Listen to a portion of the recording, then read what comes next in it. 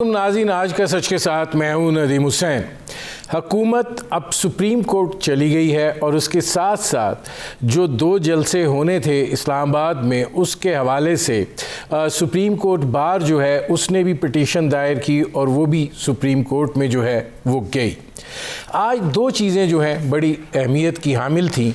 एक तो ये है कि चीफ़ जस्टिस ऑफ पाकिस्तान ने कहा है कि अदालती कार्रवाई जो है वो पार्लियामेंट की कार्रवाई पर असरअंदाज नहीं होगी, और दूसरा अटॉर्नी जनरल ने ये कहा है कि वोट डालने से रोकने का इख्तियार जो है वो किसी को नहीं है। अब बुनियादी तौर पे देखना ये है कि ये बात कही जा रही है कि जो स्पीकर कौमी असम्बली हैं असद कैसर साहब, उनको जब रिक्विजिशन अपोजिशन ने की तो 14 दिन के अंदर इजलास जो है वो बुलाया जाना उनके लिए ज़रूरी था। अगर कौमी असम्बली जो है उसके अंदर नहीं बुलाया जा सकता था OIC कॉन्फ्रेंस की वजह से, तो कहीं और हो सकता था, लेकिन ये आइनी तकाज़ा था। उन्होंने इस आइनी तकाज़े को पूरा नहीं किया और OIC कॉन्फ्रेंस की आड़ लेते हुए उसको 25 मार्च पर जो है वो ले गए हैं। इसके नतीजे में जो है वो आइन शिकनी के वो मुर्तकिब हुए हैं, ऐसा वो नहीं कर सकते थे। दूसरा, स्पीकर असद कैसर ये भी कह रहे हैं कि अगर 25 को इजलास होता है तो वो उसको बुलाएंगे, फिर जो रुकने असम्बली की रहलत हुई है उसकी फातह खानी होगी और फिर इजलास जो है वो मुलतवी हो जाएगा। क्या स्पीकर जो है वो उसको गैर मुअय्यना मुद्दत तक मुलतवी करने का ताकत रखते हैं? उनका ये ख्याल है कि वो ऐसा कर सकते हैं और जो वज़ीर-ए-आज़म इमरान ख़ान के गिर्द लोग हैं उनको भी यही मशवरा दे रहे हैं। दूसरी तरफ वफाकी हुकूमत ने बज़रिया सदर रेफरेंस दायर किया है जिसमें सुप्रीम कोर्ट से 3-4 सवालात जो हैं वो पूछे गए हैं, और ज़ाहिर है इसमें जो बुनियादी सवाल हुकूमत पूछना चाह रही है और जो वो करना भी चाह रहे हैं वो ये है कि क्या मुनहरिफ अरकान जो हैं उनको वोट डालने से रोका जा सकता है या उनका वोट जो है वो काउंट में शुमार ना हो। दूसरी चीज़ ये है कि वो इस बात की तशरीह मांग रहे हैं कि आर्टिकल 63A जो है उसकी तशरीह की जाए और इस बात का तयन किया जाए कि जो रुकने असम्बली हैं जो पार्टी पॉलिसी के ख़िलाफ़ जो है अगर वोट देते हैं तो उनकी नाअहली जो है वो ताहयात होगी। दूसरा, सुप्रीम कोर्ट से ये सवाल भी किया जा रहा है कि जी ऐसा तरीक़ाकार जो है वो वज़ा होना चाहिए कि ये सिलसिला जो है ये आगे ना बढ़ सके। ये वो सूरत हाल है जिस पर करेंगे बात। आपका अपने मेहमानों से तारुफ़ करवाते हैं। हमारे साथ मौजूद हैं हामिद खान साहब, साबिक़ सदर सुप्रीम कोर्ट बार के। हमारे साथ मौजूद हैं सलमान अकरम राजा साहब, मुमताज़ माहिर कानून है। सलमान साहब, ज़रा आपसे मैं शुरू कर रहा हूँ, ये फरमाइएगा कि ये जो स्पीकर वाला मामला है कि जी उनको 14 दिन के अंदर इजलास बुलाया जाना जो था वो ज़रूरी था, उन्होंने वो नहीं किया। उधर ये तराशा गया कि OIC का इजलास है, 3 दिन जो है ये कंट्रोल इसका किसी और के पास है उस कॉन्फ्रेंस को करवाने के लिए, लिहाजा वो इसको 25 पर ले गए। और अब ये कहा जा रहा है कि जी वो चूँकि उन्होंने ये आइन शिकनी की है लिहाजा उनके ख़िलाफ़ आर्टिकल 6 के तहत कार्रवाई हो सकती है। नहीं, देखिए ऐसे नहीं होता। आर्टिकल 6 को बिल्कुल ही हमें हल्का नहीं करना चाहिए। आइन में बहुत सी शिकें होती हैं, बहुत सी आइन की रिक्वायरमेंट्स होती हैं, कई दफ़ा उससे गलती हो भी किसी जाती है किसी से, लेकिन इसका ये मतलब नहीं होता कि उसने आइन के खिलाफ बगावत कर दी है। हमारे आइन में आर्टिकल 254 भी शामिल है जो कहते हैं कि अगर एक काम किसी महीना मुद्दत में करना था और उस मुद्दत में नहीं होता उसके बाद इस वजह से वो काम कदम तसव्वुर नहीं होगा। लिहाजा ये हो सकता है उनकी तशरीह स्पीकर साहब की दुरुस्त ना हो, लेकिन अगर ऐसा है भी तो इसकी वजह से हम आर्टिकल 6 का उनको मुतकिब नहीं समझ सकते। ये एक मामला हुआ है और अब इससे मसला ये है कि 25 तारीख इतनी करीब है कि अगर आप कोई अदालती हुक्म मांगेंगे भी तो वो आपको शायद 25 से पहले ना मिल सके और इजलास 25 से पहले करना मुमकिन ना हो। लिहाजा अब जो इजलास हो रहा है उसी इजलास को लेकर आगे चले और ये बहस होती रहेगी कि उनको ये इस्तेकाम हासिल था स्पीकर साहब को या नहीं था कि वो इजलास को 3 दिन मुलतवी करते। इसमें सलमान साहब ये फरमाइएगा कि ठीक है, आप इसको कैसे देखते हैं कि आईनी तौर के ऊपर, क्योंकि ये एक आईनी मामला है और उसका एक तरीक़ाकार जो है वो आइन में वज़ा किया गया है कि अगर अपोजिशन जो है वो इजलास को रिक्वेस्ट करती है तो उसको 14 दिन के अंदर उसको बुलाया जाना जो है वो ज़रूरी है और उसके आगे फिर मामला जो है वो खामोश है। तो इस पर अगर वो नहीं उस चीज़ पर अमल दरामद करते तो इसको क्या समझा जाए कि वो आइन से तजावुज़ कर रहे हैं, या ये कि उनका इस्तेकाक है वो इसको 2-3 दिन आगे पीछे कर सकते हैं? देखिए, एक चीज है क्या वो कर सकते हैं आईनी तौर पे, दूसरा ये है कि अगर उनसे कोई गलती हो गई है तो फिर उसका नतीजा क्या है। इसलिए ये बात तो मैं समझता हूँ मेरी दानिश में गलत है कि इजलास को मुलतवी किया जाए इस बिना पे कि असेंबली का हॉल मुयस्सर नहीं था, इजलास कहीं और भी हो सकता है। लेकिन अब उन्होंने अगर कर ही दिया है तो उसके बाद क्या होना चाहिए, यही होना चाहिए कि जिस दिन अब इजलास मुनक्किद हो आइन और कानून के मुताबिक बात आगे चले। और कानून में जो नेशनल असेंबली के रूल्स हैं वो शामिल हैं। नेशनल असेंबली के रूल्स में एक पूरा तरीकाकार दिया हुआ है कि जब एक रेजोल्यूशन नो कॉन्फिडेंस की आती है तो स्पीकर नेशनल असेंबली ने क्या करना है, स्पीकर ने क्या करना है, उस पर वोटिंग कब होनी है, और वो वोटिंग जो है जिस दिन वो इजलास मुनक्किद होगा to the exclusion of any other business, ये लिखा हुआ है नेशनल असेंबली में कि और कोई मामला होने से पहले उस पर वोटिंग कराई जाएगी। वोटिंग जो है 3 दिन या ज्यादा से ज्यादा 7 दिन के अंदर होनी है रेजोल्यूशन के टेबल हो जाने के बाद। तो मेरी नजर में 25 तारीख को अगर ये इजलास होता है तो उस दिन की रेजोल्यूशन हाउस के सामने आ जानी चाहिए। उसके बाद वोटिंग जो है मजीद 3 दिन या 7 दिनों के अंदर हो जानी चाहिए। अच्छा, इसमें हामिद खान साहब आपकी क्या राय है कि स्पीकर जो है जितना उनके ऊपर ओनस आ रहा है, जितना दबाव आ रहा है, आपको लगता है कि जो सलमान राजा साहब ने बात की है कि मतलब इतना करीब डेट है उससे फ़र्क तो नहीं पड़ता, या ये सिर्फ एक पॉलिटिकल प्रेशर है? देखिए, उसको वैसे तो बहुत पहले कॉल कर लेनी चाहिए थी। 14 दिन तो ज्यादा दिए हुए हैं ना, वो तो चौथे दिन भी कॉल कर सकता था, लेकिन हमारा उसने नहीं की, पार्टी का प्रेशर होगा इसलिए नहीं की। अब जो बात सलमान ने कही है ठीक है, अब 25 को कॉल होगी, अगर उसने 2-3 दिन आगे कर दिया है तो अब इसको इशू नहीं बनाना चाहिए, ना ही ये को हाई ट्रीजन की डेफिनेशन में आता है।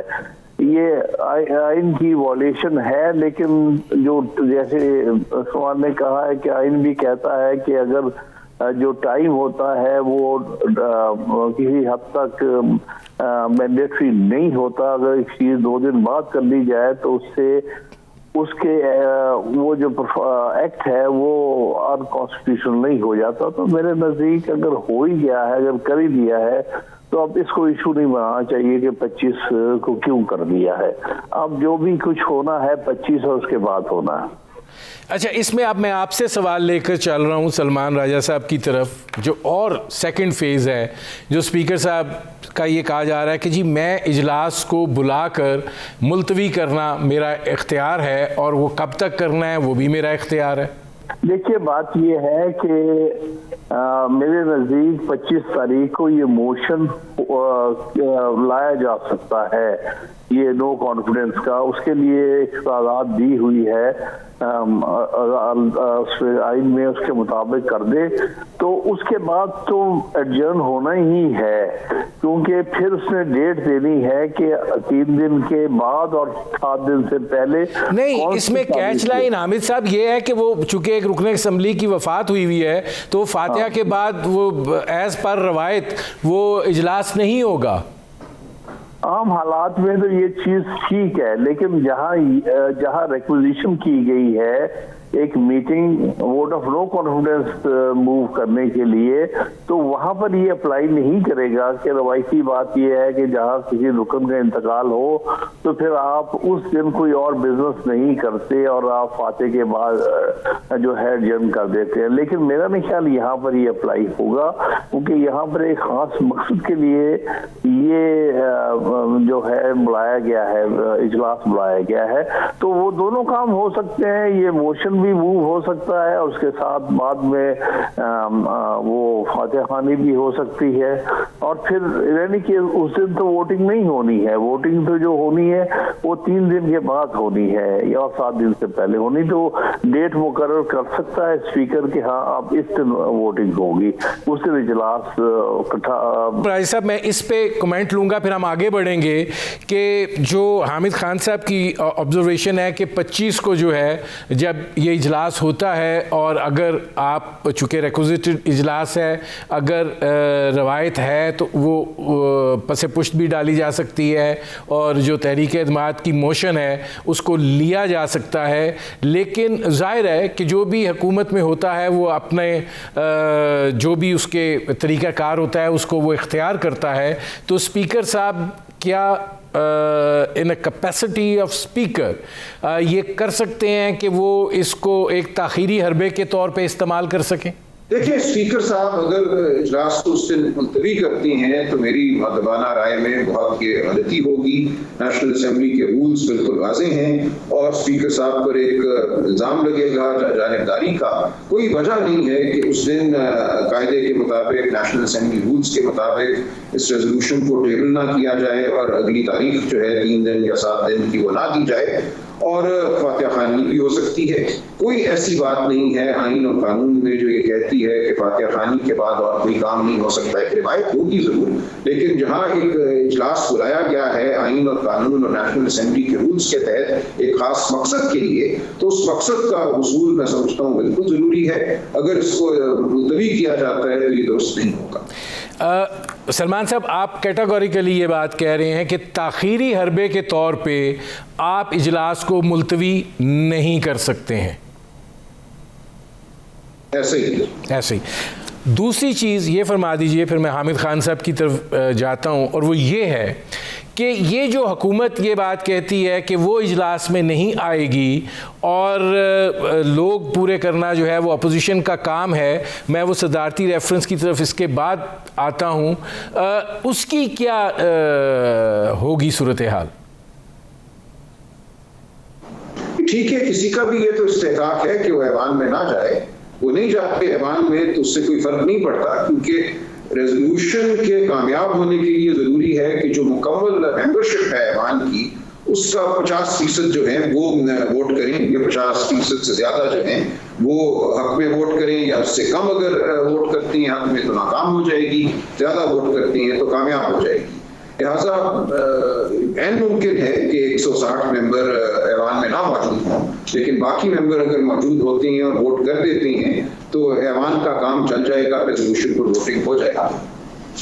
अच्छा, इसमें हामिद खान साहब ये फरमाइएगा कि हुकूमत जो है वो हिकमत की बात कर रही है और कि जी हमारे पास और भी रास्ते हैं। मेरा इस हवाले से सवाल ये है कि हुकूमत जो है वो आइनी तौर पर इसमें क्या रुकावट डाल सकती है, क्या ताख़ीरी हरबा जो है वो इस्तेमाल कर सकती है कि वो सूरत हाल को अगर मैनेज कर सकती है डिले करने से तो वो कर ले?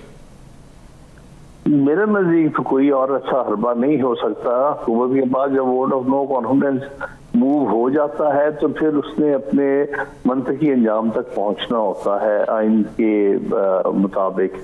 तो और तो कोई इसमें हरबा कोई रास्ता, जो कोई भी इस किस्म के मशवरे दे रहा है वो बहुत ज्यादती कर रहा है और आइन के साथ ज्यादती कर रहा है, उसकी वॉलेशन करने की बात कर रहा है। मैं नहीं समझता। अब जो बात एक दफा शुरू हो जाती है, मूव हो जाता है और डेट मुकर्रर हो जाती है, उस दिन जो भी उसका नतीजा निकलना है उसको निकल दिया जाना चाहिए।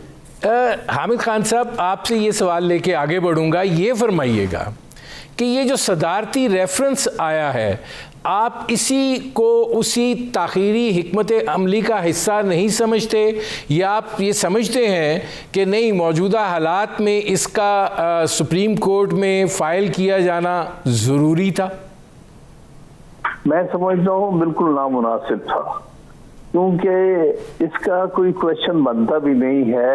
आप कैसे इन बातों को ला सकते हैं कि आया इसका वोट डालने का हक है कि नहीं, ये बात बड़ी वाज़ेह तौर पे है। और ये सारा मामला जो है ये पार्लिमानी प्रोसीडिंग्स क्या है, जिसमें आमतौर पे अदालतें मुदाखलत नहीं करती। तो अब ये मामला तो नेशनल असेंबली में हो रहा है, तो ये कहना कि अदालत से पूछे कि उसका वोट काउंट हो सकता है नहीं हो सकता है, ये मामला कम से कम अजलास होने से पहले इस पर कोई किसी किस्म का वर्डिक्ट नहीं आना चाहिए, ना आ सकता है। दूसरी बात जो उन्होंने कही है उसमें कि आया लाइफ लॉन्ग डिस्क्वालिफिकेशन होनी चाहिए कि नहीं, मैं समझता हूँ उसके बारे में भी आयन वाज़ेह है। ये डिस्क्वालिफिकेशन का आर्टिकल नहीं है, ये डी-सीट करने का आर्टिकल है। इसके मुताबिक सजा ये है कि उस आदमी की सीट चली जाएगी, लेकिन वो भी ड्यू प्रोसेस के बाद जाएगी। इसको शो कॉज नोटिस होगा, डिक्लेरेशन पार्टी हेड का होगा, फिर जाएगा मामला इलेक्शन कमीशन के वज़ीर स्पीकर, फिर वो फाइनली नोटिफाई करें डी नोटिफाई करें, ये वो उनके भी प्रोसेस के साथ होगा। लिहाजा इसमें इन चीज़ों को अदालत के सामने लेके आना इस स्टेज पर तो मैं समझता हूँ मुनासिब नहीं था। और नाले इसमें एडवाइजरी ज्यूरिसडिक्शन किस तरह आप ले आते हैं? एडवाइजरी ज्यूरिसडिक्शन वहाँ आती है जहाँ कोई अभाम हो, इसमें तो मुझे कोई अभाव नजर नहीं आता। सारी प्रोसेस आइन में बड़ी वाज़ेह तौर पर दी हुई है।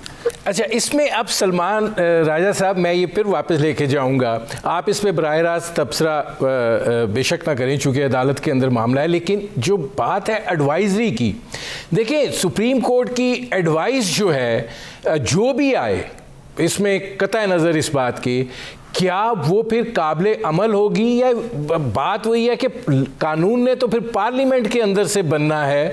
तो इसका मतलब ये है कि अगर ये रेफरेंस गया भी है तो ये उसी ताख़ीरी हिकमत अमली का एक मेजर हिस्सा आप भी इसको देखते हैं? देखिए, मैं ये तो नहीं कहूँगा कि कोई ताख़ीरी हिकमत अमली है। रेफरेंस जो है हम उम्मीद करते हैं कि जो भी तारीख मुकर्रर होगी वोटिंग के लिए रेजोल्यूशन पर, उससे पहले फैसला आ जाएगा। लिहाजा अगर उससे पहले फैसला आ जाता है, कोई इम्तनाई जारी नहीं होता, तो फिर तो ताख़ीर का सवाल नहीं है।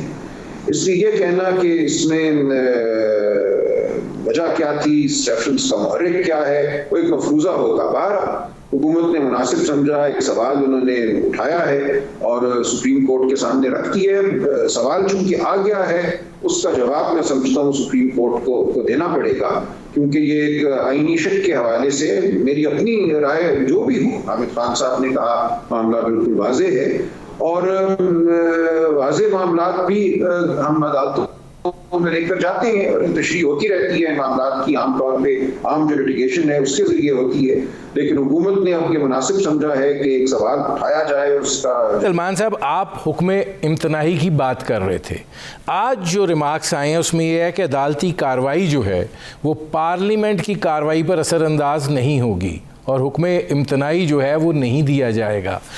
तो ये जो एडवाइस भी होगी, एडवाइस को क्या आप ये अगर कोई भी एडवाइस आती है वो एप्लीकेबल होगी, चाहे वो आ जाए कि नहीं जी ये वोट नहीं डाल सकते थे, इनका वोट काउंट में नहीं जा सकता था, इनको ये होगा, या ये कि एडवाइस यही होगी कि पार्लियामेंट में जाकर अगर फैसला भी होता है तो उसने एक कानून की शक्ल तो इख्तियार करनी है ना? नहीं, देखिए, सुप्रीम कोर्ट की जो एडवाइस है वो एक तरह से सुप्रीम कोर्ट का हुक्म है। अगरचे हम इसको एडवाइजरी ओपिनियन कहते हैं, लेकिन सुप्रीम कोर्ट की तरफ से आया हुआ कोई भी फैसला जो है, खाम एडवाइजरी नेचर का क्यों ना हो, वो हर एक पर बाइंडिंग है। ये नामुमकिन है कि कोई उस फैसले से इनराफ करे, और उसी फैसले के तहत फिर स्पीकर साहब भी, मेंबरान भी असेंबली के, वो अपने फैसले करेंगे, और जो भी उस फैसले का असर होगा, जो भी वो फैसला आता है, उसको मद्देनजर रखा जाएगा, उस पर अमल किया जाएगा। अच्छा, अब इसमें हामिद खान साहब ये फरमाइएगा कि जो पूछा गया है असल में इसमें दो कैच पॉइंट्स हैं। कैच पॉइंट्स ये हैं कि एक तो हुकूमत शायद ये चाहती है कि वो जो वोट है मुनहरिफ अराकीन का वो काउंट में ना जाए, स्पीकर भी ये बात कर चुके हैं। तो आपको आइन की रोशनी के अंदर आपको लगता है कि ये हो सकता है या इस तरफ बढ़ा जा सकता है कि जी वोट काउंट में ना जाए, कि नहीं कॉन्स्टिट्यूशन बिल्कुल वाज़े है, बिल्कुल क्लियर है कि पहले इस प्रोसेस को मुकम्मल होना है, उसके बाद फिर कोई कार्रवाई हो सकती है? जी, मैं बिल्कुल यही समझता हूँ कि किसी को ना वोट देने से रोका जा सकता है और जो उसने वोट दिया है उसको इग्नोर नहीं किया जा सकता, बल्कि उसको काउंट करना पड़ेगा। बाद में बहरहाल उसके नतीजे में अगर केस बनता होगा तो कार्रवाई हो सकती है।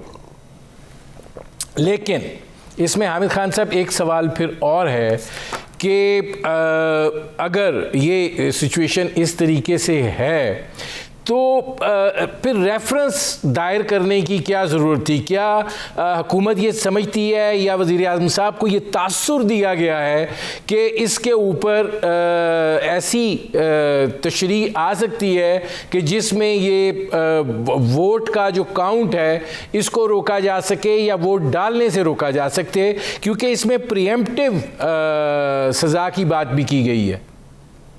देखिए, बात यह है, मैं तो समझता हूँ कि ये रेफरेंस गलत मशवरे की बुनियाद पर फाइल किया गया है।